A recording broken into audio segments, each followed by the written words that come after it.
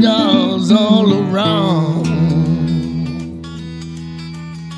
Cheers, y'all. Well. Yeah, baby. Welcome, ladies and gentlemen, to this fine radio program, podcast, video cast, and international extravaganza known worldwide Hi, Mom. as Smoking and Toasting. Welcome, Ian Barry, my co-host. My name is Cruze. Adam is our producer on the Wheels of Steel, and we are here for show number 218. We'll be talking today about the best whiskeys of 2020, and we'll be using as our reference point a list that was released by Paste Magazine. So that's where we'll start, and then we'll take it from there. Welcome, welcome, welcome. I'm so excited, Ian, because on this week's show, I have good and great news to share. And sometimes, you know, when we've talked about... Are you just teasing this news, or are you going to tell me right now? Well, we'll get to it momentarily. All right. But yeah, I'm just excited at the opening of the show because there's good news in the cigar world, and there's good news for beer drinkers in Texas. Ooh. And I don't know if you know any of these things yet. So you I'm know, excited to see how you respond. I'll build up a little suspense there. We'll get to it. So okay. It's going to be exciting. If I explode. Our program is all about craft beer, fine spirits, and hand-rolled cigars. And we are brought to you by mycigarshirts.com. Check them out on the web. Great shirts for cigar lovers and those who love them. Ian's wearing one today. You can't hurry up and smoke a cigar. That's a great shirt. It is a great shirt. I Great, like this one. Great it's saying, a comfy too. shirt, too. Great saying, too, which I like. So you can check them out. T-shirts start under $20, and there's also sweatshirts and hoodies and face masks and all kinds of other stuff for cigar lovers there. So mycigarshirts.com, because... Cigars, yes, thank you. On today's show, we will be tasting a new St. Arnold brew today, Ian. Ooh. They have recently released their H-Town Pills. I have not Pilsner. tried this. Yeah, I haven't either. I don't think I've even seen it yet. Got a nice cold one in the bag. Awesome. We'll be reaching for that in just a few moments. Also from Ology Brewing Company, it's O-L-O-G-Y, but they've got the little dot over the first O and the long pronunciation over the second O. So I think it would be Ology. Ology or Ology? Brewing Company. Wait, the straight line over the second one? Straight line over the second Ology, one, so that'd be right. Ology. So we're going to taste their High Rainfall Hazy Triple IPA. Nice. These guys are out of Tallahassee, Florida. I don't think we've had some Florida beers. Florida beer. Yeah. Well, we haven't had Tallahassee, I don't think. So this will be a first for us. We haven't had a whole lot of Florida beers, though. No, we really haven't. I mean, Cigar City is Cigar City's been a couple. Then there's been a couple of others, but yeah, we haven't had as many Florida beers as we probably should, because there's a pretty big craft brew movement going on in Florida right now. Man, if you haven't had the Cigar City Maduro Brown Ale, and treat yourself. You know what I've been enjoying this week? I bought a 6-pack of that Guayabara, the Citra Pale Ale. Yeah. It's so good. It's just so good. We'll also be trying something from, and I had to actually go back and look through old show notes to make sure we hadn't done this, but I couldn't remember ever having actually tasted it myself. And I thought, well, you know, it is true that sometimes by the end of the show I don't remember everything that we did. but I don't think I've ever tasted Founders Brewing's Porter. And so we got one today. We'll be tasting it. I love their porter. You love their porter? I drink it well, often. You can join in the fun then. Like that's a staple for me. Well, sometimes so. when I'm going to grab beer, and the porter is always I did one of those things where I lowered my chair. But and then it went way too low. Yeah. When I go to buy beer, Founders is one I always go for. That's a little bit. Well, I don't know. You'll get it right. This chair's Founders, kicking my butt. I know. Anyway. I go. Their all day IPA is like a regular. But they for me. always have the porter right next to the Dirty Bastard, and to me, it's always I go reach my hand in there, and it kind of goes back and forth toward a couple the Dirty times. Bastard a little bit. Yeah. Well, and we've had the Dirty Bastard, we've had the Backwoods Bastard, and some of the variations of. But I don't think we've ever on the show at least done their regular old porter. Bastardly beer. So porter's fantastic. Yeah. So we'll be tasting that today, and also it's on the still non-functional Mr. Twirly gig. The batteries ran out on it last week. We thought maybe it was working again today, but it did one of those like battery last gasp for it worked for about a minute and a half. Yeah, I mean I could turn it on and it's going to do this thing where it kind of stutters around a little bit. It's a little sad to look. We'll just let it run out. All right, yeah, we will. Let's just use that battery. Black Tot Rum. I've never heard of this rum before. It's a Caribbean rum, and so that'll be a very interesting thing to try. I don't think I've heard of it either. It was new to me. I saw it on the shelf, and I was like, okay. It's The little canister comes in is quite attractive. Look at that almost looks like a canister of that you'd find like a single malt scotch. When you tossed it up here, I was like, oh, I thought we were having rum, and I turned it around, and I was like, okay. Sure enough, it is rum. So, drinking news on the program today. Our drinking news headline teaser, Don't Mess with Cowboys. So we'll get to that. We are also going to be talking about the rounding out of Cigar Aficionado's list of the top 25. We went over the top 10 last week, but now the bottom end of the list has been released, so we'll take a look at that. And Cigar Snob, which is actually one of my favorite cigar magazines. Yeah, I like Cigar Snob. They've released their list for 2020 as well, which I haven't even had a chance to look at yet, so we'll take a look at that. And then, of course, from Pace Magazine, the best whiskeys of 2020. That's a pretty bold statement. You're going to say the best whiskeys. We're going to have to see what happens with that list. I did read an article this week, and I thought about bringing it in, but it was like it was really almost more of a review than an article. But basically, the reviewer was making the case that the best American single malt was Balcones, which I American single malt. Balcones is pretty amazing. Yeah, like. Everything about Balcones is pretty amazing. Plus, they've got a number of single malts, too. Yeah. It's not just one in their portfolio. So we actually were planning to have Balcones back on the show last year, and it wound up getting delayed. So we'll have them on again soon and hopefully do some tasting to awesome. to figure all that out. We've been missing recently, too? We need to get Garrison Brothers back on. Yes, we do. Yeah. Yes, we do. Speaking of great whiskey made here in Texas. Great whiskey. Oh, those guys. Are you kidding me? Oh, man. Well, it's going to be an interesting show, I think. A lot to talk about, a lot to taste. I'm wondering if you had a cigar you want to talk about this week. You know, it's funny you should ask. I feel like you ask me that at least once a week. It seems like I do, yes. I ended up stumbling across an Ashton Symmetry. Have you had this cigar? Stumbled across an Ashton. I went into the Casa this morning, and I was just looking for something different. I don't think I've had a Symmetry. What I did is I picked up one of the Onyx that I had last week that I talked about because, damn, that was a good cigar. Yep. So I snapped another one of those up. And then I was looking around, and I was like, I always buy from this brand. I always buy from that brand. I don't always buy Ashtons because it's kind of like that familiarity. It's so known. They're going to be good. My buddy Dave, that's his favorite brand. Like, he loves Ashton cigars. And so I picked up this Symmetry, and I was like, I don't think I've had this. It was a great-looking cigar. This is a very specific 5.625 by 46. Wow. I don't know why it's like they're very specific about that. Yeah, you're not kidding. Right? Under the thousandths of an inch there. No problem with transparency in there. I didn't bring my calipers, so I couldn't challenge them on it. But I'm sure it's right. I'm sure it's right. But yeah, so 5.625 by 46. This size is called the Prism. The wrapper is a Habano Rosado wrapper with a Dominican binder and Nicaraguan and Dominican fillers. The wrapper's beautiful. It's that the Rosado wrappers are just that rich reddish brown. Yeah, got a real reddish hue to it. Almost like red soil. Yeah, they call it like a mahogany red. It's it's really, really pretty. Mahogany. Yes, it smells of rich mahogany. You knew where I was going, didn't you? I don't know whether that's awesome or sad.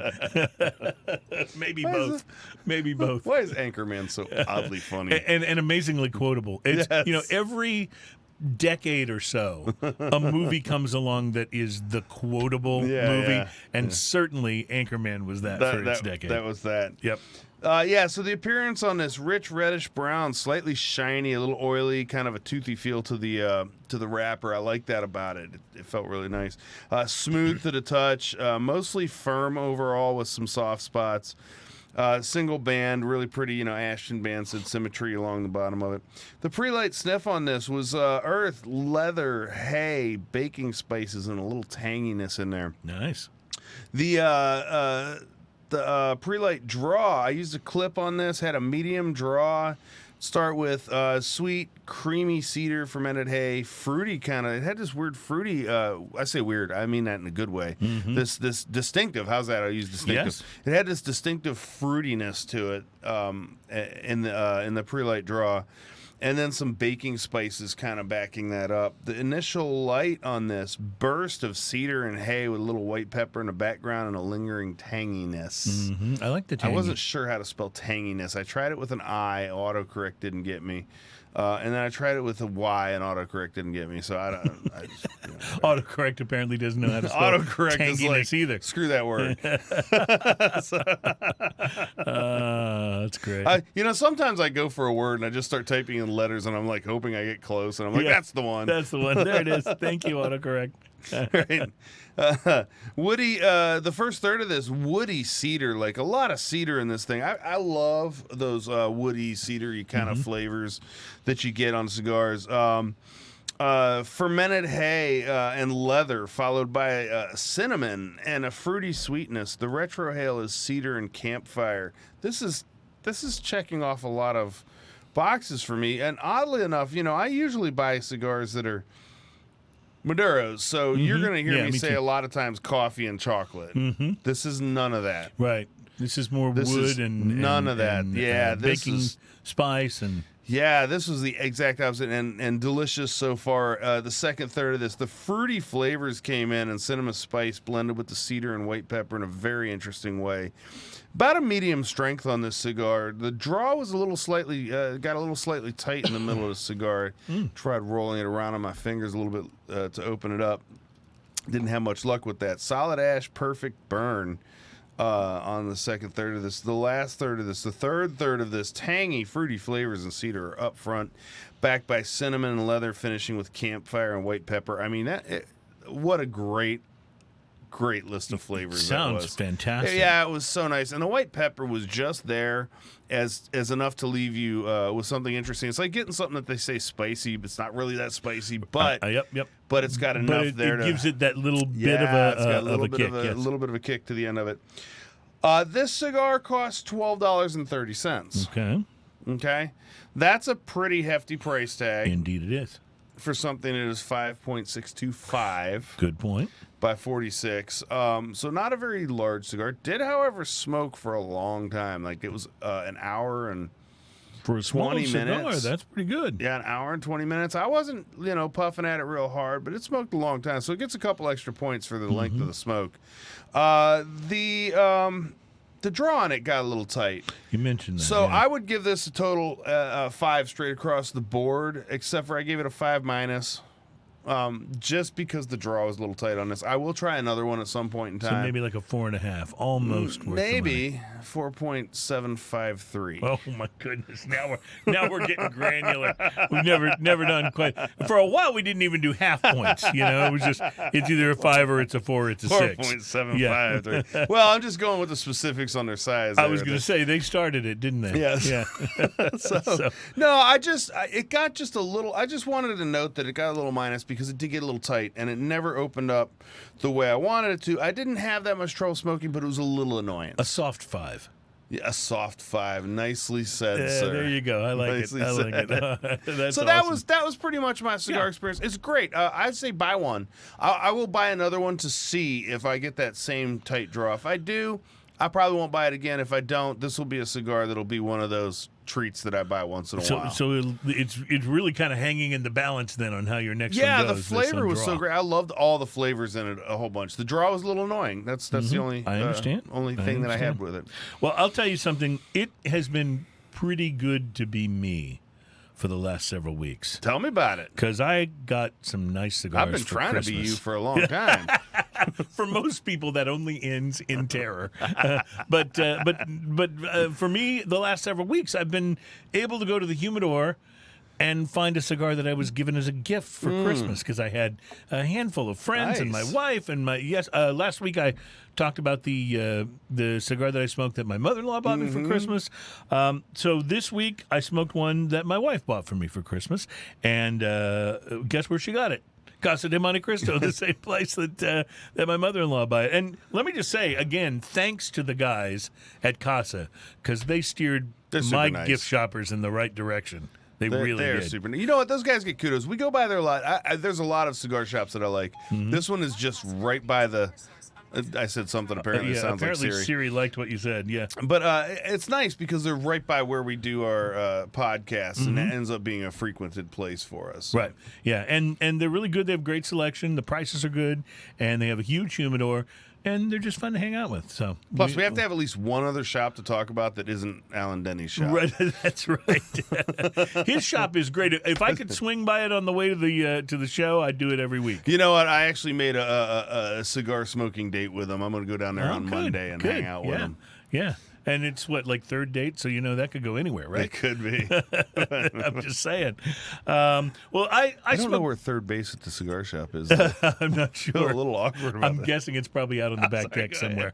Like I said, I picked up this cigar that my wife gave me out of the humidor and decided it is time. And it was, I should say, the Montecristo New York Connoisseur Edition, number 2, Torpedo. No, nothing fancy about No, that. not a damn thing. So here's the story. The New York is a 6 1/8. Here we go with some specific sizes for you. By 54, box press torpedo.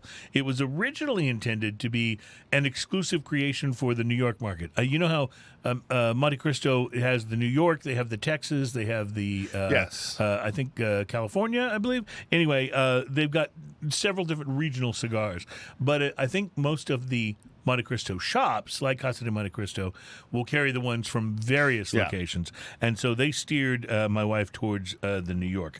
It's rolled with Dominican filler tobacco inside a Nicaraguan binder leaf and an Ecuadorian Habano wrapper. It's a pretty cigar by design. If you take a look at some of the pictures, you'll see it's a little knobby and wrinkled looking in the wrapper. So I can't quite describe it as a super smooth wrapper, but it still looks pretty regal and delicious all the same. Pre-light sniff and draw were very rich, earthy tobacco notes. A touch of nutmeg on the pre-light. I used cigar scissors to snip off the end of the torpedo, and off I went. First thing I noticed about the cigar is that it was very firm and densely packed. So I immediately started to worry about the draw, but I didn't need to. The draw was perfect, and it just made me think how great the roller must have been. First of all, it's an exactly square box press. Literally a perfect square. And it's densely and tightly packed, and the draw was absolutely perfect. It was awesome. Do I get cigar review news now? Okay, I like it.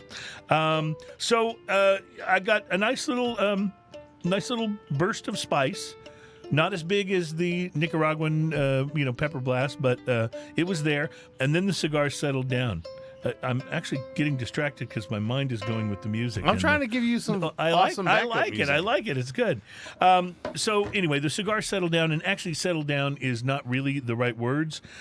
Because this cigar never actually settled down. It got about its business of being complex and multi-layered from about the third or fourth puff. Pepper and spice were not overwhelming, but kind of like you said, just present enough to keep the cigar interesting, put a little tang on the tongue. A really rich, creamy sweetness kind of balanced the pepper out really nicely. Balanced is my word for this cigar. Second, third got a little more earthy, and then that nutmeg note that I'd gotten on the opening draw kind of started to show up, and there was even a little bit of cinnamon. So cinnamon and nutmeg are great together, by the way.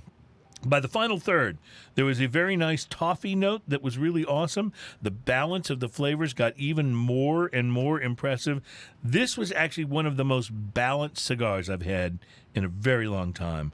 For my palate, it topped the Padron Anniversary, and I'll be honest, I even liked it better than the last Opus X that I smoked. Wow. Which I'm going to be, completely transparent. It's been a couple of years since I had an Opus X, so my memory might not be quite as up to date, but I'm telling you, this one blew me away. The Montecristo New York is a medium-bodied cigar. I know they have them in stock at Casa de Montecristo here in Houston. You can find them at a number of online spots if your favorite shop doesn't have the New York. Bottom line, it's one of the best cigars I've smoked in a long time. Awesome. It was a home run. Thumbs up and absolutely recommended. It's about a $15 cigar. Price to quality. Solid 7. Wow. It was that good. I mean, seriously, it's the best. $15 It's cigar? the best cigar I've smoked. If this cigar was $22, I'd have smoked it and thought, well, that's what you pay $22 for a cigar for. You know what I'm saying? That's where it came home for me. I was again, I'm impressed. If you're going to spend $15 on a cigar, this is absolutely the one to do that with. Fantastic. Yeah, absolutely. So super big thumbs up. I haven't given a lot of ratings that high, especially not for a cigar that expensive. That expensive, yeah. Yeah. So, and again, our price to quality. If it gets a 5, that means you got what you pay for. So at $15 to get a 7.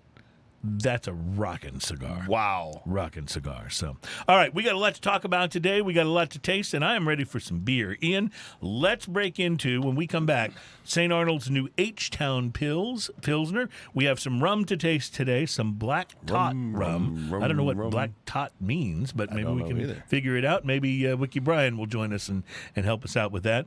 But we have lots to taste, and we have I have good news. I can't wait to share it. So we'll get to that in the next segment. I can't wait to hear it. It's Smoking and Toasting. Thank you for listening and watching and whatever else you do to consume the program. We'll be right back.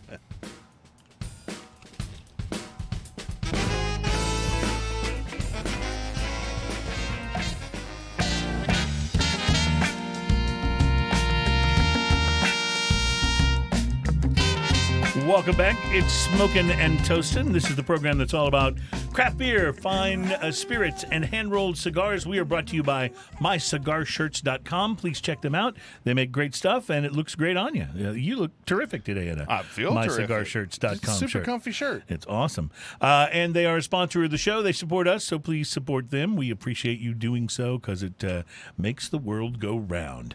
Mycigarshirts.com because cigars. Yes. Ian, I've got great news for you. I've got great news for you and for other people who live here in Texas. I am super excited to hear which it. Is our home Lay it state, on me, man. That are lovers of beer. Guess what's coming to Texas? Pliny the Elder? No, that'd be wonderful. This is maybe not as good a beer, but I'm gonna guess just because you're building this up, and it's one of the few beers that we can't have here in Texas. Is Yuengling coming to Texas? Yuengling is coming to Texas. Yuengling is coming to Texas. Yep, they're expanding to Texas as their first move of a westward growth phase for Yuengling. Which is weird because my brother can get it in Arizona. Right. Well, and it's available in certain states, but they're in partnership with Molson Coors to brew their beers in the Lone Star State, and it is the oldest brewery in the United States. It's the oldest operating brewery in the United States. Yes. They currently distribute the beer in 22 states from Massachusetts to Louisiana. Also one of the hardest to spell. Yeah, it is. So let's spell it here. Yuengling. Yuengling. Now, I moved to Philadelphia a number of years ago, and that was when I discovered that Yuengling was something of a religion there. Like, people are crazy about it there. So that was the first time I ever had one. And I was like, well, there's a lot of flavor to this beer. Yeah. I didn't know at the time that they were, the oldest brewery, operating brewery in the United States. But anyway. So Yuengling is to Pennsylvania like Shiner is to Texas. Basically, yes. And it's a good beer. I have but the nice thing is too, like if you cross the border, if you go into step across the border to Louisiana, you can go into a convenience store and they'll have it. Mm-hmm. Like, it's everywhere. Right, exactly. In the states that it's in, it's very popular. Well, they're going to be brewed in Fort Worth at the Molson Coors facility because they've teamed up with Molson Coors to help them in this expansion. But here's what... Are they going to Michigan? Because Bruce said, crap, I can't get it in Michigan. I have to go to Ohio to get it. It's coming. I think they're working on expanding to all 50 states. But anyway, here's what they said about their team up with Molson Coors. They said, we are working hard, and this is Wendy Molson. I'm sorry, not Wendy Molson. Wendy Yuengling who said this. So she's a member of the family. She said, we're working hard to ensure that our recipes and brewing traditions will be followed to our high-quality standards. We have passionate Yuengling fans in Texas, so we're finally excited to bring them the goods, the best thing to sum this up was a tweet that someone named Jonesy sent out on Twitter. Yuengling is coming to Texas finally. OMG, OMG, OMG. 2021 better than 2020. And that's almost certainly got to happen. But that's very exciting. I think I told you we got together with the, like sort of a mini family reunion in Florida a couple of summers ago, and I remember some of the guys went to buy beer and they came back with cases Of Yuengling, yeah. of Yuengling. They were so excited to find it, available in Florida. So it's pretty exciting for all of us. I think that we're going to have a chance to quaff some Yuengling. Yes, well, it'd be nice because, here in Texas, if you go to a barbecue or a cookout or whatever, you almost always end up with a whole bunch of Lone Star. Right. Not bad. Right. It's fine to drink when it's cold, that kind of thing. Yuengling, I think, is a little step above that. I think so. Flavor profile-wise, everything about that. Yeah. I like Yuengling. I'm hoping that it... Plus, it's a little different, so it's kind of exciting for us, too. No, it absolutely a little different, and that flavor, no other beer that I've ever tasted has quite that. You can't go, there's no other beer you can think of, you go, that tastes kind of like a Yuengling. So true. So pretty cool. Speaking of beer, our own hometown brewery, St. Arnold, one of our absolute favorites, has put out a new Pilsner. It is called the H-Town Pils, and Ian's got it in his hands. Speaking of pills. Yes. Last night I shared that Vader Von Pils with my wife. Now, Vader Von Pils is a Pilsner we had on the show, about 2 a month ago, 2 maybe months a month and ago? a half. And Ian absolutely loved it. I had one more can. Outstanding. And I brought it to him recently. So you opened it up and shared it with your wife she last night. absolutely loved it, too. Yeah. Well, it's a good beer. I mean, seriously, that's a tough one to beat. Although I will say, the Pilsner we had last week was damn good, too. If you remember. That was Pilsners are starting to become one of those, like, I used to avoid them because they were always, kind of the same? Kind of the same and not a whole lot of flavor, but they're starting to become one of those beers that people are really figuring out the craft and figuring out how to take a much lighter drinking beer and make it full and flavorful. Well, one thing we know about St. Arnold is these guys don't mess around. I mean, they have produced quality beer after quality beer, and so I haven't tasted this yet, but my guess is this will be no exception. This is malty up front, not quite as big as like their Guten Tag malty up front, and then has this snap of hops that just finishes it super crisp. Oh, snap. What's up? Yeah. Anyway, but yeah, it just finishes it off super crisp. Ian, that's really wonderful. Like, you're right. It has some similarities to the Guten Tag.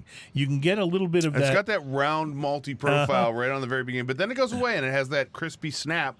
That is going to be a good beer for the summer. Isn't it? I can't wait, about man. this. I can't wait for like warmer temperatures. Maybe everybody will be vaccinated so we can all hang out at the pool again and just throwing back some of these. We just have to put a lot more chemicals in the pool. Yeah.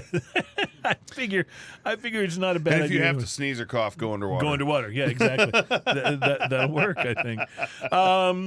So we've had some great Pilsners across the last month or two of the show. So how do you rate this one? Brewed and canned by St. Arnold Brewing Company, Houston, Texas. 5.2 by volume. It's great. It's outstanding. This is a good beer. It's just solid, isn't it? I mean, damn it. Like this, let me be honest. St. Arnold Amber is one of their core line, and you can get it a lot of places in Houston especially. Although I think Lawnmower might be taking over some of that as well. Yeah. I like this better than both. I like this better than both as well. If this became the core line, if this became the St. Arnold that you find in every restaurant, it would not upset me one bit. Their best seller is the Art Car IPA. But that's only over the last several years because it's only been out for maybe 3-4 years. Yeah. So it kind of came out and just blew right past Yeah, everything, well, that's a great IPA. Yes, it is. Because it's not a big, obnoxious IPA. It's a drinkable IPA that has balance and everything else. And when you put out a product that's good... What exactly is a big, obnoxious IPA? I don't think I know. Like most of the ones you like? Speak. Yeah. I'm not sure. I'm not sure I have a place in my brain that registers. You don't. That. You don't have those receptors. I'm not sure that I do. Yeah, but we will have an IPA on the show today. It's from Ology Brewing Company, Ology, Ology, and it's their high rainfall. It's a hazy triple from the brewery out of Tallahassee, Florida. I know. I'm looking forward to that. I'm looking forward to that too. Yeah, we're hitting this Pilsner even more. Yeah, that's good stuff. That's Heck, really good stuff. Well, Ian, I want to go ahead and share with you the remaining 10 for Cigar Aficionado. Now, let me find it in my notes here because I'll mess it up if I try to do it from... the remaining 10. The remaining 10 from Cigar Aficionado. I may just have to go to their site and pull it up. I thought I sent myself an easy place to find it. Bruce set up a question up here. Just curious. Okay. I've seen you drink both, but do you have a bottle or... I mean, he said car, but I'm assuming it's a typo. A can preference, or does it just depend on the beer? I prefer can and poured in a glass. Yes, I prefer bottle poured into a glass. Yeah. But certainly, if I have to drink it from its original container, that's where, for me, can the with a bottle speed hole. wins hands down. Can with a speed hole. Bottle. Oh. Well, it keeps it colder, Ian. I like my beer cold. That's the bottom line. Drink it faster. Well, Get a koozie. I can drink it nice and fast out of a glass bottle. So Challenge accepted. all right. Let me just. I'm going to. I always have trouble remembering how to spell aficionado. So I'm trying to go to the website here so I can pull this up. And yes, here it is. Cigar Aficionado's top 25 cigars of 2020. Now, we counted down their top 10 last week, and you may remember that number 1 was the Epicureal Pledge prequel. Yes. And so it's going to be a big year for that cigar. That one's going to get hard to find. They had not, though, yet released 25 through 10. So let's go through them real quick here. Number 25 was the Ramon Allones number 2 Edición Limitada. I think we both had that this year. Yes, it's the 2019. I did have it. It's tremendous. Number 24, the Herrera Esteli Miami Short Corona Gorda. Herrera Esteli is from Drew Estate. La Flor Dominicana 1994 Mambo. I've not had this one. This is the one with that really dark kind of purplish flower in the picture on the band. That's a good looking cigar, though. I have to check that out. I often pass by La Flor's because I'm thinking, I don't know if I'm in the mood for a total super double full gangbuster. Yeah. But not all of their cigars are that way, and certainly when you're in the mood for that, they're the go-to. But the Romeo and Julieta Reserva Real Nicaragua Toro is number 22. I have had that cigar. I've had several of those this year. I think it's outstanding. Nice. In fact, I would have ranked it higher probably than 22 on the list. At 21, the Highclere Castle Victorian Toro. Not familiar with that one at all. At number 20, Four Kicks Capa Especial Robusto. I think both of us had a Four Kicks we weren't crazy about this year. Construction issues. Which one was that? This is the Four Kicks Capa Especial. I don't It's think the I gold had and that blue one. label. That's not the one I had, but the construction issues kind of scared me off of Four Kicks for a while. Plasencia Cocheca 146 La Vega is number 19. Really, Haven't had that, but Plasencia is so consistent. Everything Plasencia, you can't do much wrong. Fonseca by my father, Petite Corona. Now, I've not tried this, but I'm excited about it because I remember reading that this was going to happen.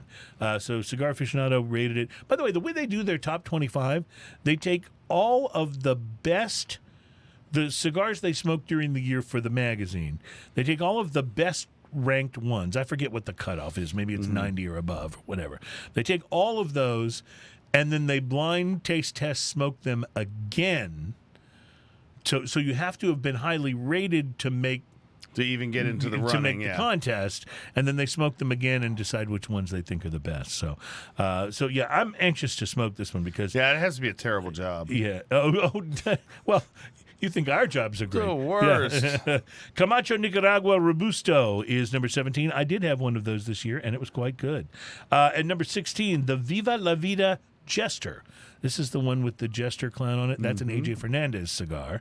And I think it may be the only one of AJ's that made this year's list, which that's crime. really surprising because he's Yeah. been selling a whole lot of cigars. I know. It's been a big year, actually, for him and all of his brands. La Aroma de Cuba Edición Especial #1. Speaking of is strong number 15. cigars. I've had that, as have you, this year. It is strong, and it is also delicious. Casa Turrent. Series 1, 1973, Torpedo. Not had this one. It's a very interesting looking. I smoked a couple band. Casa Turrents this year, but I don't think I've had that one. At number 13, Warzone Robusto. Warzone. Yeah, Warzone. Just like, Sounds aggressive. Yeah, it does sound aggressive. The Ashton VSG Sorcerer comes in at number 12. The Bolivar Belicoso Fino, a Cuban cigar, at number 11. And then you remember starting at 10 was Henry Clay Warhawk, and then Rocky Patel and Oliva, and all the way up. So a very interesting list. What I guess I love most about Cigar Aficionado's list is there's always cigars on there. I've had that Bolivar, by the way. It's really good. The Cuban? Yeah. Yeah. Very nice. Really good. I love just seeing these cigars on here that I haven't had and going, okay, that's one I want to keep my eye out for this year and try to smoke. So it's just good suggestion. It's kind of like when a friend tells you, you got to check out this movie. It's really good. Yeah. And you're like, oh, okay, I was looking for something to watch. Great, So there's the list. Any thoughts about what you said? I mean, does it all make sense to you? Some of those I haven't had. So the ones that I have had out of that list have all rated well. So, like, as far as I'm concerned, I think that's fine. I like the Cigar Aficionado list because it always gives me something to look for. And look a little ahead. And I also like it when those companies take pride in it. They're like, hey, this was a #1 cigar from this year. Right. Or, rated top, in the top 10 from this year. Because then, next year when you can actually find them again, This is a good year to look for Aging Room Quattro, because that was #1 cigar last year, and that's a good cigar, by the way. So I think we tried that Aging Room Quattro and then ended up buying a box and splitting it because it was so good, and then it got that. Then it got #1. We probably haven't been able to buy one since. Yeah. All right, I tell you what. Let's take a break. We have another list we'll get to if we have time today. And that's Cigar Snob's Top 25 of 2020. So it'll be interesting to see if there's any crossover between the two. But the list I'm really excited about is from Paste Magazine, and it's the best whiskeys of 2020. So we will get to that, and we'll be back to do a little more tasting, including Ology Brewing Company's High Rainfall Hazy Triple IPA. Try saying that after you've had a few glasses of the Pilsner. We'll be right back at Smoking and Toasting.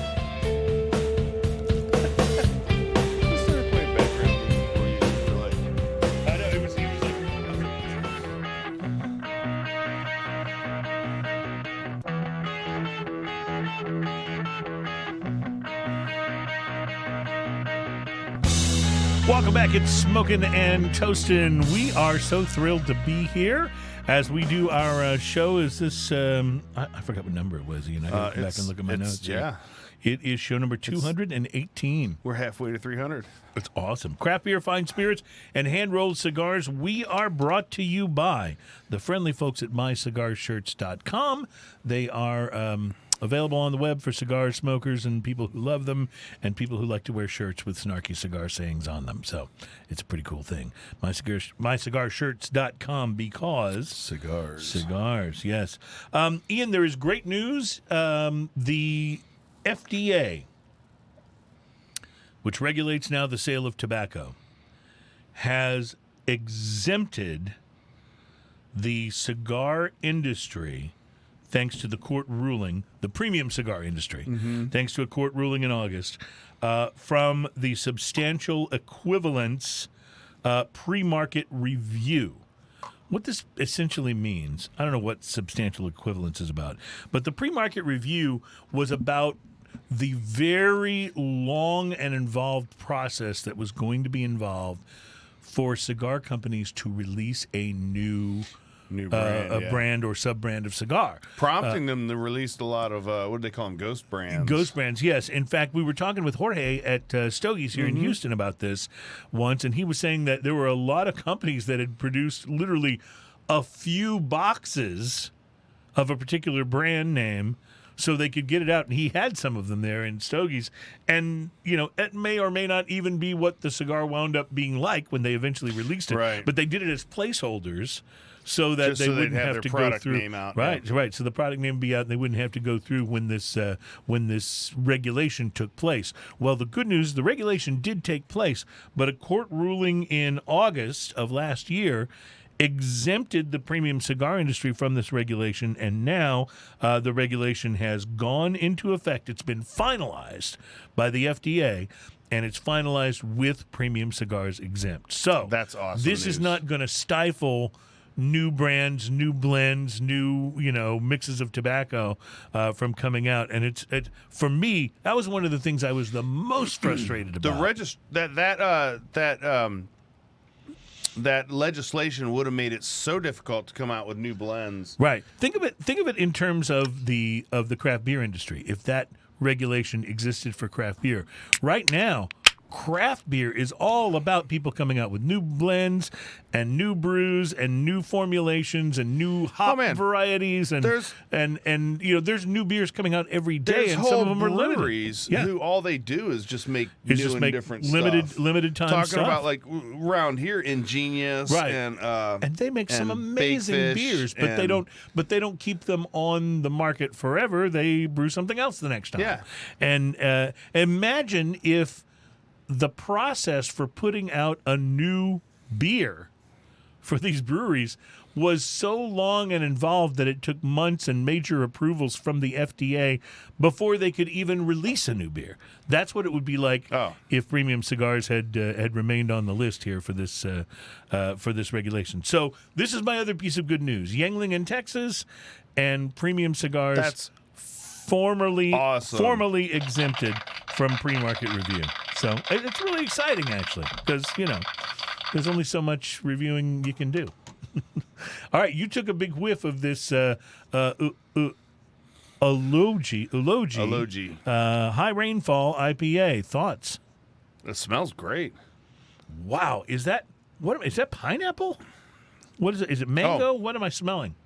Oh, it's tropical. It's pineapple. I'm sure this is this may be one of the pineapple-iest beers I've ever smelled. Boy, that's fruity. Oh, weird. Okay. Fruity and tropical. So that big Creamy on the hop end. bitter that sometimes follows an IPA, especially like a triple. A triple, yep. It's there. Yeah. And then it goes away and leaves you with a sweet aftertaste. It's almost like a mango aftertaste. Weird. I love it. It's also a very thick mouthfeel. Right. Well, and most of the time a triple is going to be a little thicker in terms of its viscosity, but this is wow, I'm loving this. This is like kind of a fruit smoothie of a beer. It really is. It's got the thickness of that, and it's not one of those things where the hops are just imparting a little bit of fruitiness. This tastes like I love a smoothie. The lingering sweetness in this is absolutely delicious. There's a creaminess to it on the finish too. When you eat a bunch of Smarties and it leaves that kind of sugary aftertaste in your mouth. Yeah, it's a little bit like that. You know what I notice about it is when it finishes, it does three things. The first is you get the hops that you were talking about. Then you get the creaminess.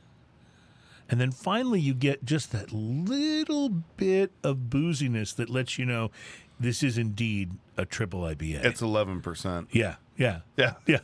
I mean, for an IPA, pretty big. That's pretty big. Yeah. I mean, most IPAs are somewhere between 5 and 7, and then if they're a triple or an imperial, they'll be 9-ish, approaching 9. Yeah, exactly. This is what did you say? 11.5? 11%. Wow, that's a serious IPA. 11.362. No, I'm just joking. That's from earlier. But it is seriously delicious too. I'll say that. This is really good. Yeah. High Rainfall. Tallahassee, Florida. Yeah, well, go Tallahassee. I mean, that is impressive. Ology. A Florida man brewed that, Ian. Florida man brewed that. Or woman. Could have been a Florida woman. There's that. Yeah, There's that. it could have happened, but it was either a Florida man or a woman that Quick brewed shout that. out to Nick listening with all of my friends up in the Denton area, just north of Dallas, and also Manny's watching. Manny from El Cubano. What a great and amazing person. If you're ever in the Texas Webster area, go by his shop. It's easy to find. It's an amazing little shop. And if you can get him to sit down and talk cigars with you, this guy Holy knows cow. more about cigars than almost anyone I've ever met. He is This man just so is sharp. steeped in Yep. cigars. He really is. So, cheers to you, Manny. Nice to have you. Also, I on bought the one of show those today. great marble ashtrays from his shop, Oh, yeah, too. yeah. And I think it pretty much holds down my table in the backyard. Yep. It's a pretty good thing. It's a pretty good thing. So, Ian, I'm considering this for next week's show, and I wanted to ask you about it. All right. I've come across this article that describes in some detail how to make the perfect black and tan. And you know what a black and tan is, of course. It's like usually like Guinness and, Guinness then and Bass. an ale like a Bass, right? But this has, kind of step-by-step directions. And I thought, what if we tried that next week? What if we got some Guinness, got some Bass, and gave our attempt at seeing if you and I could, live on the show, make the perfect black and tan? Yeah, I'm down for that. I usually, I'll do a black and tan a lot of times, but I'll do it as a post palate black and tan, where I just simply drink one and then drink the other Oh, so you keep them separated, but you do a black and tan by by mixing it one in at my a belly. time. Got it.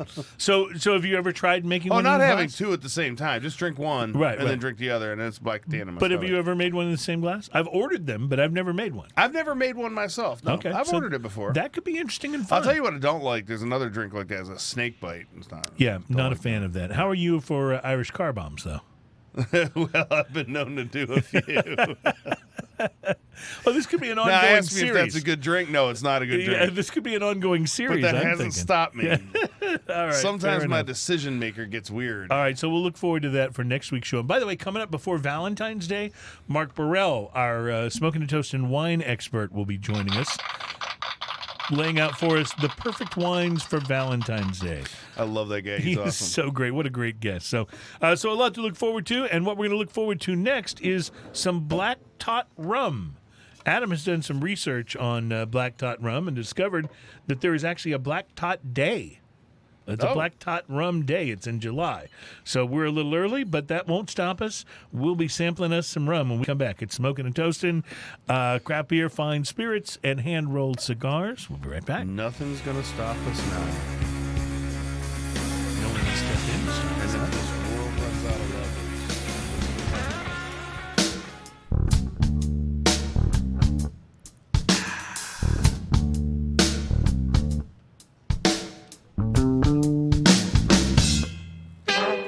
Welcome back. It's Smoking and Toasting. We are so glad to have you listening and hanging out with us for show number 218. We are brought to you by MyCigarShirts.com. Great shirts for cigar lovers all over the world. You can check them out online at MyCigarShirts.com because cigars, yes. Ian, we're going to get to this list from Paste Magazine in a moment of the best whiskeys of 2020, but I wanted to kind of like clarify something. The list is actually the 15 best new whiskeys Whiskeys of 2020. So that helps kind of narrow it down a little bit. It's not So just it's not like best just whiskeys of all what's time. available, Right, that and was stuff available like in that. 2020. This is actually Right. whiskeys. By the way, Bruce Stark checked in on the show notes to say that he makes 4 black and tans every Christmas Eve for him and some friends. It's a Christmas Eve tradition. Is that black and tan music or? I was waiting for the list. Oh, I was you gonna ready to do the list? Let's list do it. reading music. List reading music. All right. This entertains me because it distracts you so bad. Well, usually it doesn't actually. For some reason, though, my brain keeps trying to figure out, like, what song is he playing? And it, like, completely distracts me from reading the list. So I'll do my best. So here comes the 15 best whiskeys of 2020, best new whiskeys for 2020 from Paste Magazine. By the way, they say they're not ranked. They're listed in alphabetical order. So first is a B, Barrel. Rye Batch 003. It's an $80 to $90 whiskey, and they are raving about it here on Paste. So, Nice. big ups to Jessica, our Yeah, buddy, who she's is so awesome. Yeah, we got to have her back on the show. She's always like. Her shows and the ones where Al and Denny are on have a tendency to be the rowdiest shows. Well, we have a good do. excuse to get her on, too. Yeah? First off, barrel rum and barrel bourbon and barrel in general, they always have different stuff. But the second reason is, remember, she likes those fizzy seltzers. The seltzers. Yeah, we're going to do a hard We gotta seltzer do a hard blind seltzer taste test. show. We're working on that. The next one, not ranked, but Bullet Bourbon Blenders Select number 001. It is a $50 bottle of Bullet Bourbon. They say the persistent question involving Bullet is always, now, where was this distilled again? But they know exactly who blended this, and Bullet has been patiently aging its own spirit for several years now. And here we go. Buzzard's Roost Rye, very small batch. I am not at all familiar with Buzzard's Roost. So that's something to look at. $50 bottle of whiskey. And there's so many small distilleries out there, they say, sourcing bourbon, rye, and other whiskeys that from this company MGP of Indiana, they said it's become practically a necessity that the younger, smaller distilleries come up with some kind of proprietary method to make their product stand out. They can't just bottle the rye and call it a day and hope to compete with widely available brands like Bullet or Templeton or Redemption. So Buzzard's Roost, which is a small brand out of Louisville, Kentucky, is doing one of the best takes they said they've seen of transforming one of these products into their flagship rye whiskey. They're taking younger, around 3 years, rye and sticking it into proprietary toasted barrels that are giving it a double oaked treatment. I realize I'm reading a lot about this, but I didn't know anything about this particular No, I've whiskey. never heard of it before. So Buzzard's Roost Rye, very small batch, starting in at about $50. Also on the list, Elijah Craig, Barrel Proof Bourbon, batch B520. So remember 520. It's like 420, but an hour later. I don't know if I have that particular barrel, but I have their small batch at the house. It's about a $70 to $80 bottle. Damn, is it good? Yeah, Elijah Craig is. And it's is super terrific. high proof, too. Yeah. Four Roses, limited edition small batch bourbon 2020. You could have stopped at Four Roses. You really could have. Come on. yeah, for serious. Yeah. George Remus Repeal Reserve 4, an $85 bottle of whiskey. Remus Repeal Reserve. A lot of boutique bottlers out there selling well-aged bottles, they say, for extremely high prices, north of $200 to $300. But this one's $85, and they say it's quite good. Nice. Heaven Hill 85th anniversary 13-year-old single barrel bourbon. Now here is a $300 bottle of bourbon. They say it's about as limited releases ever get, being a literal single barrel of the 13-year-old Heaven Hill bourbon that they're releasing at the Bourbon Heritage Center. So, yeah, I wonder if Chris Hart's got his hands on one of those. You know he does. You know he does. You know he does. Jim Beam Old Tub Bourbon. Oh, yeah. $20. Yep. $20, Old Tub. Old and Tub. It's totally made the list here of the best new whiskeys of the year. Now, is this one you're familiar with? I haven't had it. I've had it. And? A friend of mine had some, and I was actually a little boggled, and I was like, how much did you pay for it? And he's $20. I was like, oh, that immediately went into the ranks of Buffalo Trace. Yeah, bang for the buck. Yeah. Yeah, and Weller, and, you know. King of Kentucky 2020, 14-year-old bourbon. The crown jewel of Brown-Forman's entire lineup, they say, which is saying a lot because they got a big lineup. That one, by the way, the King of Kentucky, $250 for the bottle. That's it? Yeah, that's all. So when they call it a crown jewel, you know, you got to call it something at $250 a bottle, right? Knob Creek 12-year-old bourbon at $60 a bottle. I tell you what, Knob Creek, these guys have got it going on. Yeah, Knob Creek. The regular Knob Creek is 10 years old, right? Yes, I believe that's right. And then so that's the step up from it. Mm-hmm. Yeah. But at only $60? Yeah. Not bad. Also at $60, Maker's Mark 2020 Wood Finishing Series. and they give the number. This is getting pretty granular here, but it's SE4XPR5. Why haven't I tried that, Frank? Yeah, I'm talking to you, Frank. come on, Krockenberger. Let's get That's with the right. program. We need to have Krockenberger on. Well, he lives in Kentucky now, so he's a little harder to get I know, on the show. but he's down here. But I'm willing to bet if we were to pass through Kentucky, Yeah. I bet we'd have a pretty good. I don't know if we'd get all the way through Kentucky, but it'd be fun to try. We only have to get as far as Krockenberger, and then we turn around. That's right. At $170, Old Carter Bourbon Batch number 5. Are you familiar with Old Carter? Don't know anything about it. It's got a prancing horse on the front. Looks very interesting.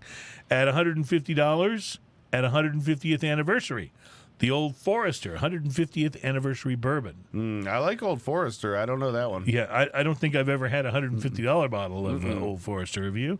I'm No, thinking- most of the Old Foresters are between 30 and 60. And the Bottled and Bond is outstanding. We had that on the show. Yes, really good. Yeah.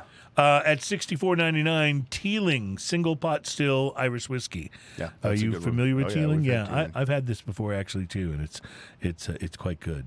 At $175 a bottle, Wild Turkey Master's Keep bottled in bond, 17-year bourbon. I see you shaking your head. Have you had it? Yeah, it's real good. Oh, okay. Well, it Alan should be. Denny shared some of that with me. Very nice, very nice. They also give some other spirits. They list an Appleton Estate 8-year-old reserve rum, a $30 bottle. The 8-year-old, not bad. I've had Appleton Estates. I don't know if I've had that one, but Yeah, I don't think I have too, but I saw that actually at Specs just this last week. I'll have to get one. Castle and Key London Dry Gin, autumn 2020, at $36. Let's see what else we got here. El Sativo Tequila at $40 to $45. These are other spirits they mention as being worthy of being mentioned for 2020. Holmes Kai Belize 2005 Rum, $109 a bottle. And then Montgay Rum, the Port Cask Expression, at $175 a bottle. Rabbit Hole Distillery Bespoke Gin at $50 a bottle. And best pure value in bourbon, the $40 bottle of George Dickel Bottled in Bond 11-year. Nice. That's their choice. So there you go. I see you have broken out the rum. Let's... Oh, that was worth it.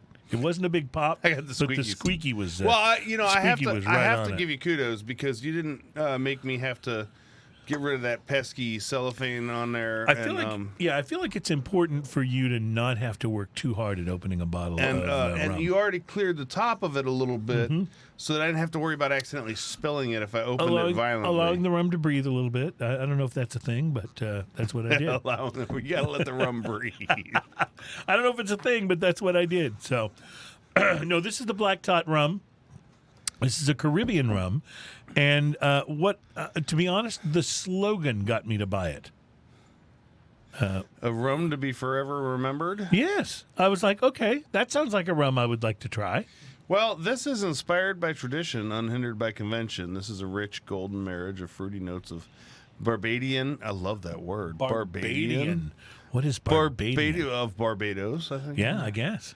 Barbadian, full-bodied taste of Guyanese and From Guyana, yeah. Guyana rum has a tendency to be a little funky. yeah, it has a lot of Yeah. rubbery stuff in it, Yep. right? Yep. And a vibrant feel of Jamaican rums.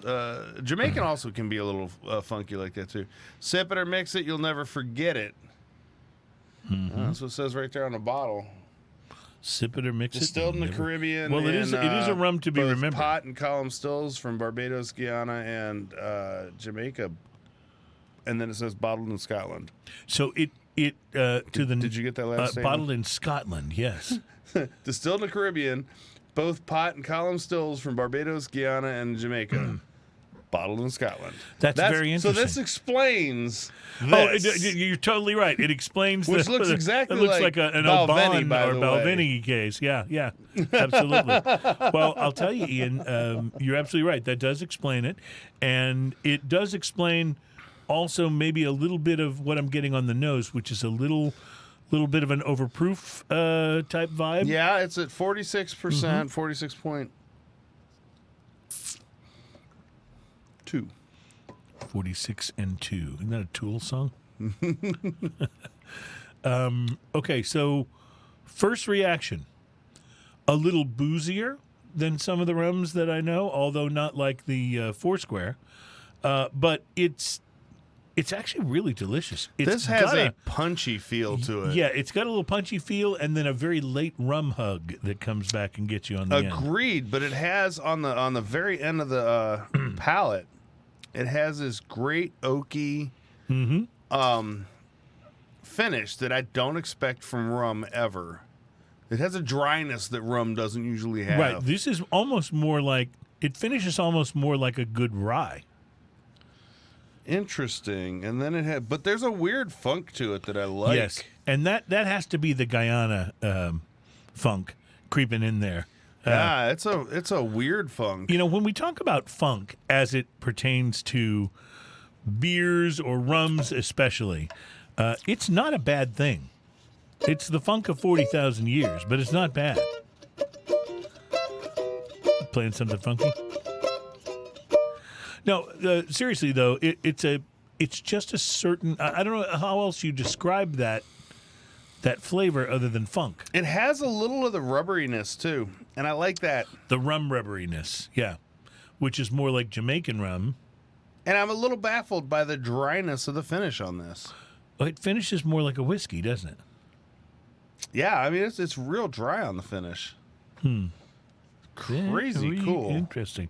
Yeah, this is a really curiously interesting rum. You know, a lot of the rums that we try, and I love this, finish with all of that maple and vanilla and that, you know, wonderful woodsy oakiness. This finishes a little, this finishes a little differently. This doesn't finish like. And as a matter of fact, there's a lot of heat from this. It comes back, and it's a late heat, but it's a lot of heat. Like you know, you're drinking something. But I'm telling you, it's delicious. I think this would pair well with a medium to full cigar. The weird thing is, all the things I like about this, if you were to write them down on paper, would sound almost like negatives. Yeah, the funk and the it's funky. It's got a lot of heat. It's got a lot of things that like. I mean, if you put this on your stove, you could pretty much cook over it. Like the heat that comes up off of it. It's like, but it's good. I wonder what this would be like in cocktails. Now it's about a $50 rum, $50 rum. Yeah. So it's not necessarily one you would think of using in cocktails. But it's also not just that sort of mellow rum vibe either. I'm wondering what this would be like in cocktails. I'm imagining this adding an incredibly interesting flavor. What's that we had the other day, the painkiller? I bet this would make just a ridiculous, because I'm tasting this and I can imagine the nutmeg on top of that and everything else. Yeah. Even thinking about like a mojito. Mojito, yeah. This would add a little pep to the mojito, you know? Yeah. I like this. Black Tot Rum. Rum. We could just go straight New Orleans, make a hurricane out of it. Yeah. See, I've never been a fan of the hurricane. Do you like them? They just, to me, they're too sickly sweet, and my only memory was drinking too many of them, and I regretted it in a greatly expanded way the following morning. In the right place and the right time, walking down the right street, a hurricane is just fine. Well, I don't know. I haven't found. It's not good. I haven't found that place or that but street. But it's the right place and the right time. I haven't found that place and that street.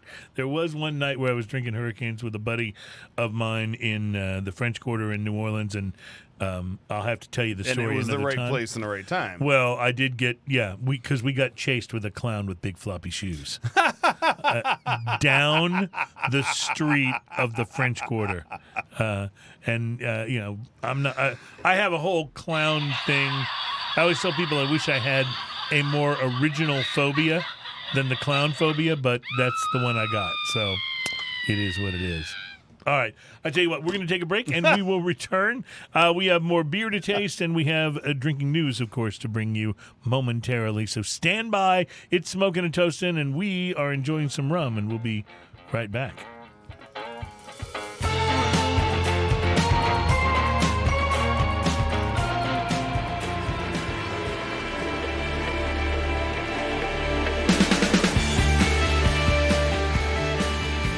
Welcome back. It's Smoking and Toasting. We are thrilled to have you guys hanging out with us for show number 218, and we just tasted some of this finest Caribbean Black Tot Rum, a rum to be forever remembered. We were both pretty impressed by this. It is funky. It is rubbery. It is. Adam had Adam, maybe pick up the mic over there. You had looked some stuff up about Black Tot Rum and where this whole thing came from, right? I guess tot was a word kind of meaning like a measure of rum. Is that right? From what I got out of it was that's I guess the term they used to describe the ration or the portions that they would get. They'll have a tot on the ship, of rum, on the like a dram of whiskey. Right. Or, So like the British Navy, they would pay them at one point their daily ration of instead of saying daily ration, they say your black tot. Like it's time to get your black tot, which is it started off with beer, and then beer. Then they it got had to to carry rum. too much beer. The rum they could carry less, and it took up less room on the street. Well, you remember our buddy Chris Hart, our smoking toasting whiskey expert. He's been purchased, getting into the rum. Yeah, well, he purchased a whole barrel of British Navy rum that had been aging in a warehouse for a number of years. Apparently, after they stopped serving it to sailors, because somebody probably decided it might not be the best idea. After they stopped giving it to sailors, it would only be broken out for like royal weddings and things of that nature. And then at one point they decided to sell some of it. So he wound up getting some in some sort of online auction. And you and I both had it. It was amazing. It was delicious. And actually was a little bit like this Black Tot Rum that we're drinking now, if you think about it. Because it had that little bit of a kick to it. It had... it didn't have all the traditional rum flavors. Right, but it sure was good. And then the Black Tot Day came about because that was the last day that sailors got their ration, their last Black Tot, and that's where the Black Tot Day came from. Imagine being like the in captain July on or the something? ship the day after that. Yeah. Sorry, boys, no more rum, no more Black Tot. You'll have to just head back to your head back to your bunks and listen to Drinking News. Go forth and be sober.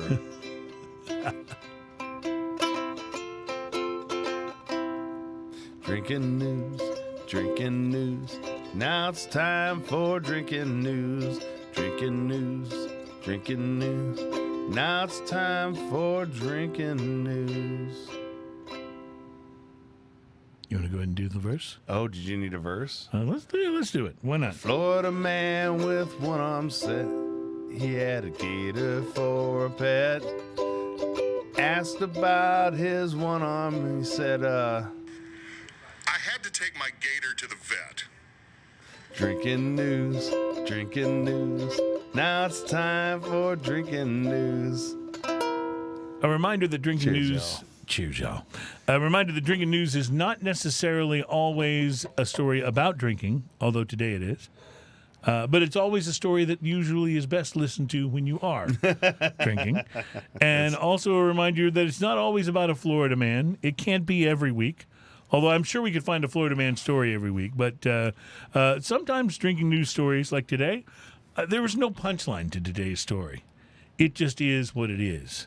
And it begins with a Louisiana man, a drunken Louisiana man, was arrested early Wednesday morning after he rode his horse into a saloon called Cowboys.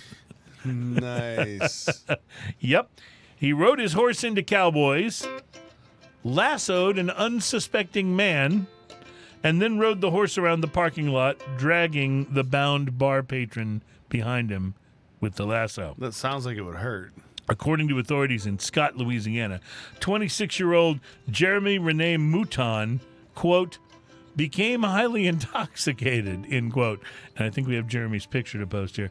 At Cowboys Saloon at 211 North Ambassador Caffrey Parkway before leaving the bar, walking to his horse trailer and retrieving his horse. He then proceeded to ride the horse into the bar, causing a major disturbance.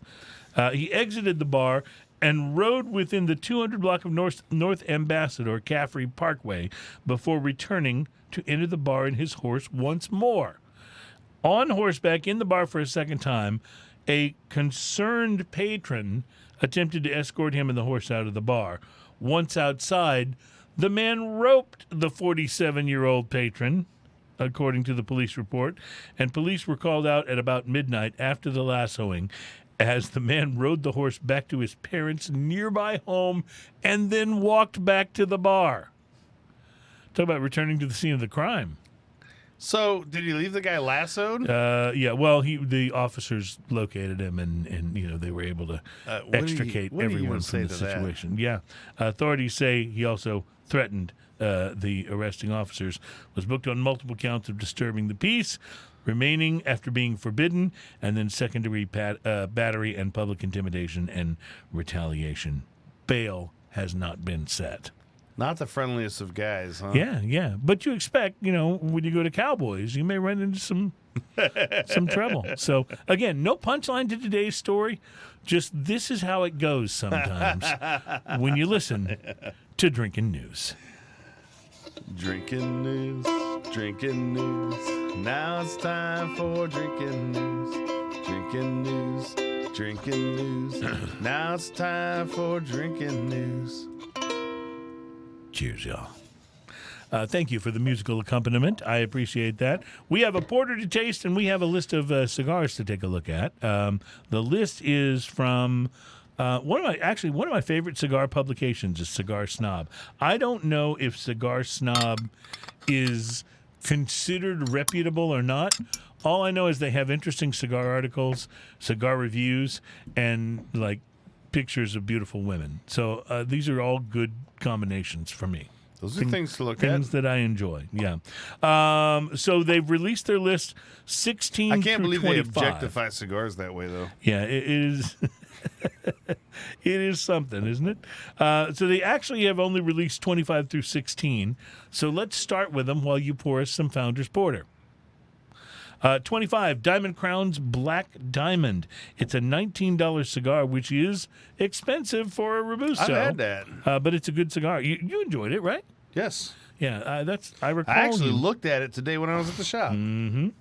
At number 24, the Perdomo 20th Anniversary Robusto, a Nicaraguan cigar. It's about $10. You've had that one as well, That's a good right? one, yes. Mm-hmm. Perdomo, Nick Perdomo, he's all right. He does good work. Yep. I don't know how I feel about this, but in fairness, I haven't tried this particular cigar.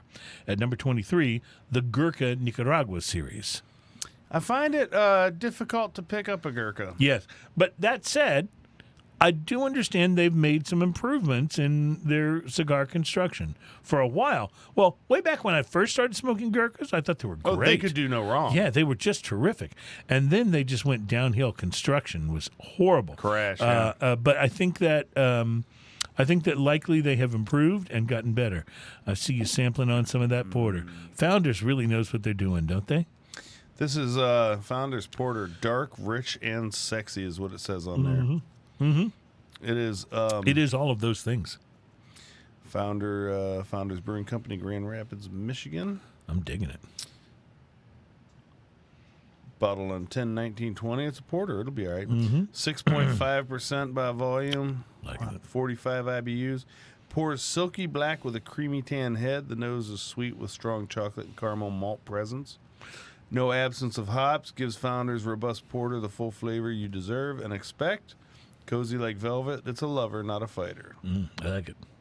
It's actually really delicious. It's got everything you want a porter to have, including a wonderful malty caramel flavor. Yep. That just wraps its way around your senses and says, "Take another drink, please."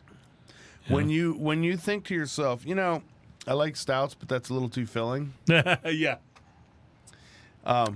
This has all the flavor. This is the place to go, right? Because you do get every bit of that flavor impact, but it just drinks much lighter.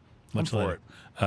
La Aurora's 107 Nicaragua is number 22 on the list from Cigar Snob. At number 21 is the San Cristobal Revelation, also a Nicaraguan cigar. The original San Cristobal brand was only launched in 2007, so it hasn't been around that long. The Viva la Vida from A.J. Fernandez. They do the Torpedo here at $13, but this is really interesting because this is the second list this cigar has made this year, so pretty cool. Really excited about number 19, the Aladino Maduro box press cigar.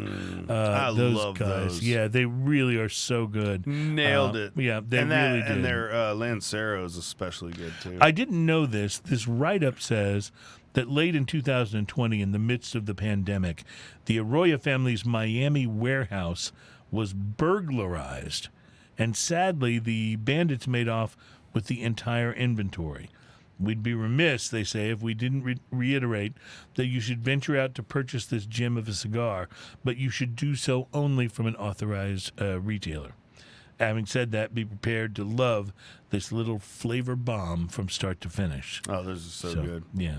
The Davidoff Nicaragua at number 18, it's a $20 cigar. Comes in at number 18, apparently has been number So number you said one on the list Davidoff, before. right? That makes it on the lower side for Davidoff. I was going to say, and for a Nicaraguan cigar, so that's pretty good. That might be worth trying out. The Plasencia Alma Fuerte. Boy, you want to talk about a great cigar. Coming in at number 17 on this list. That is number a 17? wonderful, yeah. It's That's a wonderful amazing cigar. yeah. Tatuaje Reserva Miami at 16. Made, of course, by My Father Cigars in Miami. The Tatuaje is great. It's really, yeah. They're almost in that can do no wrong category. Agreed. Don't you think? Agreed. All right, so that's all we have on the list so far. Like Cigar Aficionado, they do it in phases. So interesting that they wait until Cigar Aficionado is the big dog of cigar magazines. Interesting that Cigar Snob waits until after the Cigar Aficionado list is out and percolating, and then they release theirs. I guess that makes sense, right? Yeah. Yeah, Cigar Snob is Cigar Snob. Yeah, I like the way they do things.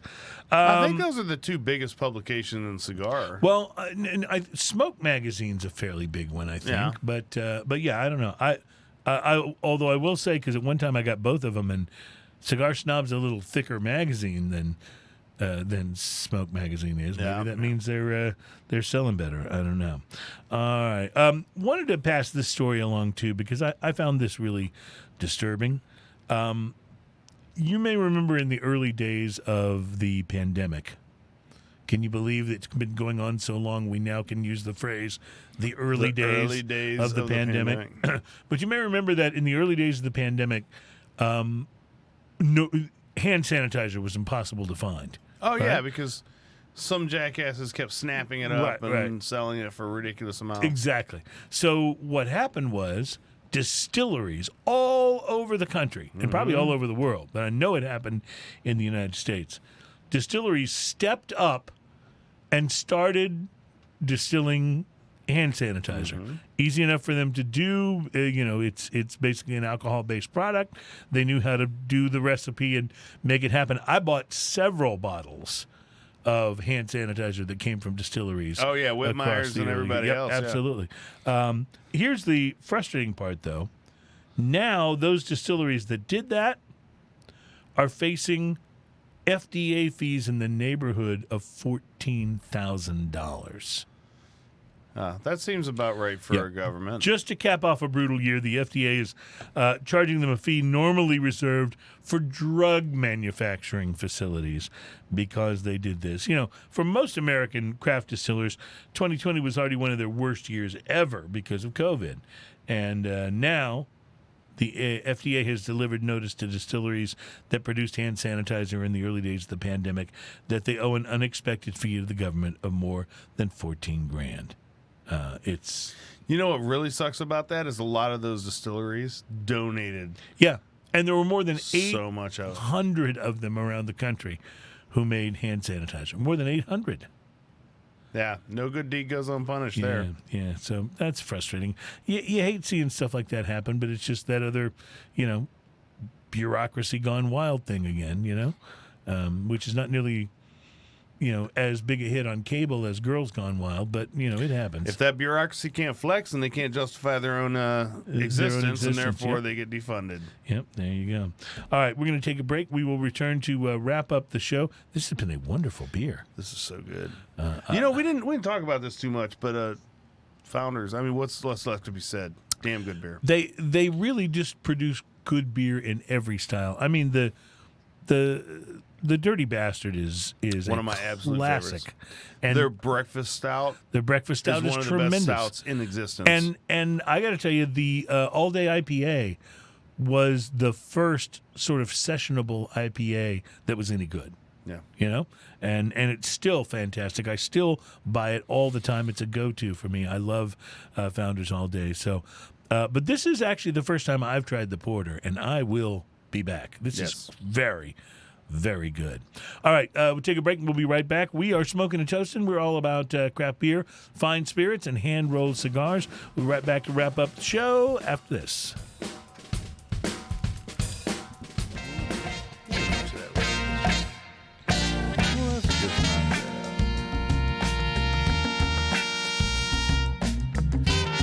Welcome back. It's Smoking and Toasting. It's the program that's all about craft beer, fine spirits, Those guys are and crazy. hand-rolled cigars. We are brought to you by MyCigarShirts.com. Check them out. They are sponsors of the show, and we appreciate them very, very much. MyCigarShirts.com because cigars. We Yeah. need to see if we can get them to make some Smoking and Toasted logos shirts. Wouldn't that be cool? That could be fun. You can go on the site If and we knew somebody to you talk to. you could support the show by wearing our colors. That'd be awesome. That'd be kind of cool. I mean, actually, I kind of want the shirts too. See, that could work. That It'd be could great work. if you guys buy them, but I kind of want them. So during the break, Adam, our producer, asked if we knew anything about the woman on the label of the Founders Porter, which, by the way, Ian was kind enough to refill my cup on here, and it's delicious. It's so good. It really is. It's just so...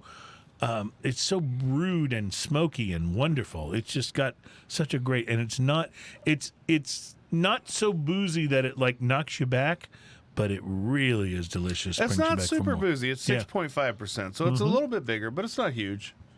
So But it Adam is Adam delicious. asked me about the woman on the label, and I found a site online because there's a site for everything these days, right?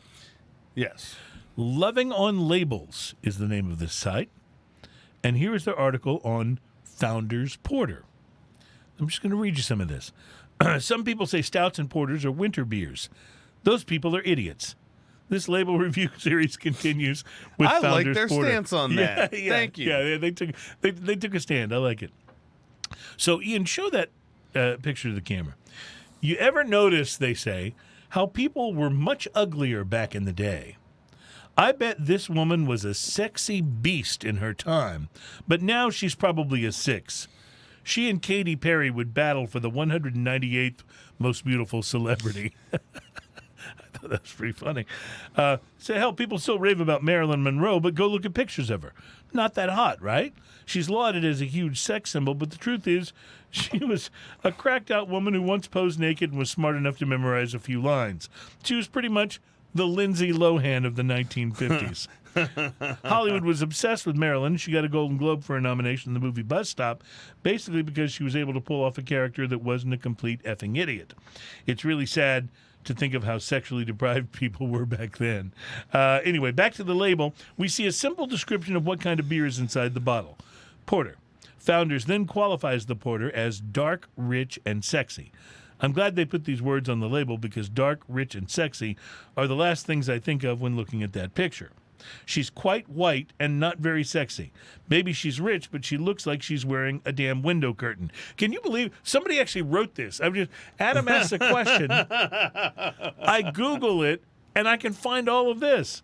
I guess that just owning a hat was a symbol of wealth in that time, but what the F do I know? I think Founders would be helping themselves out by putting a picture of Oprah on this beer. Nothing says dark, rich, and sexy like Oprah. Founders may have struck out with the creepy picture, but as noted previously, knowing exactly what kind of beer I'm getting goes a long way in my book. It's 80 degrees, and I'm thirsty for a dark, rich, and sexy porter. 7.3 out of 10 on the buyability scale. I just can't believe somebody actually, we live in a world where someone has written something like that about almost any question you can possibly ask. It's amazing to me. Hey, that whole 15 minutes of fame thing. Yeah. I'm just gonna point this out. Spend it wisely, Yeah. folks. Spend it wisely, okay? Don't write about the woman on the Porter's bottle label, the Founder's Porter bottle label. Seriously, there are much more important things you can address. So, I don't know. Something will come to mind. Give me a moment.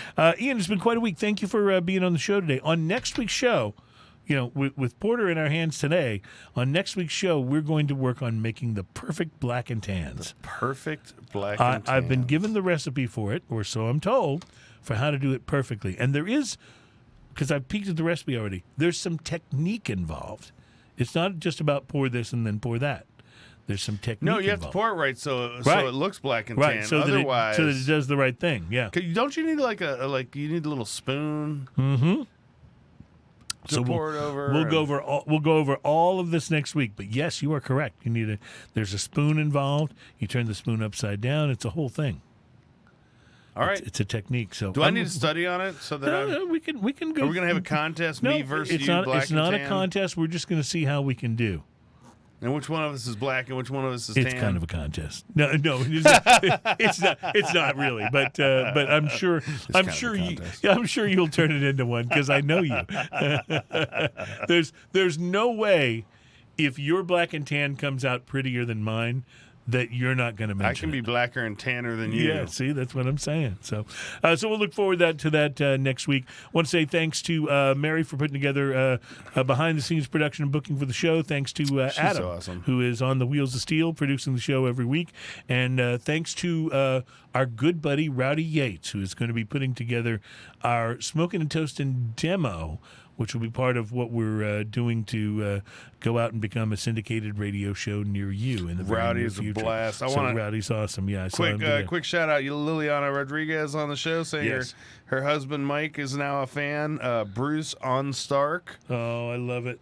is watching. Thanks, guys. Nick Cook, I see you out there. Mm-hmm. These guys, you guys are on the show every week, man. I love it. Thank you so much. We appreciate it. By the way, I mentioned Rowdy Yates.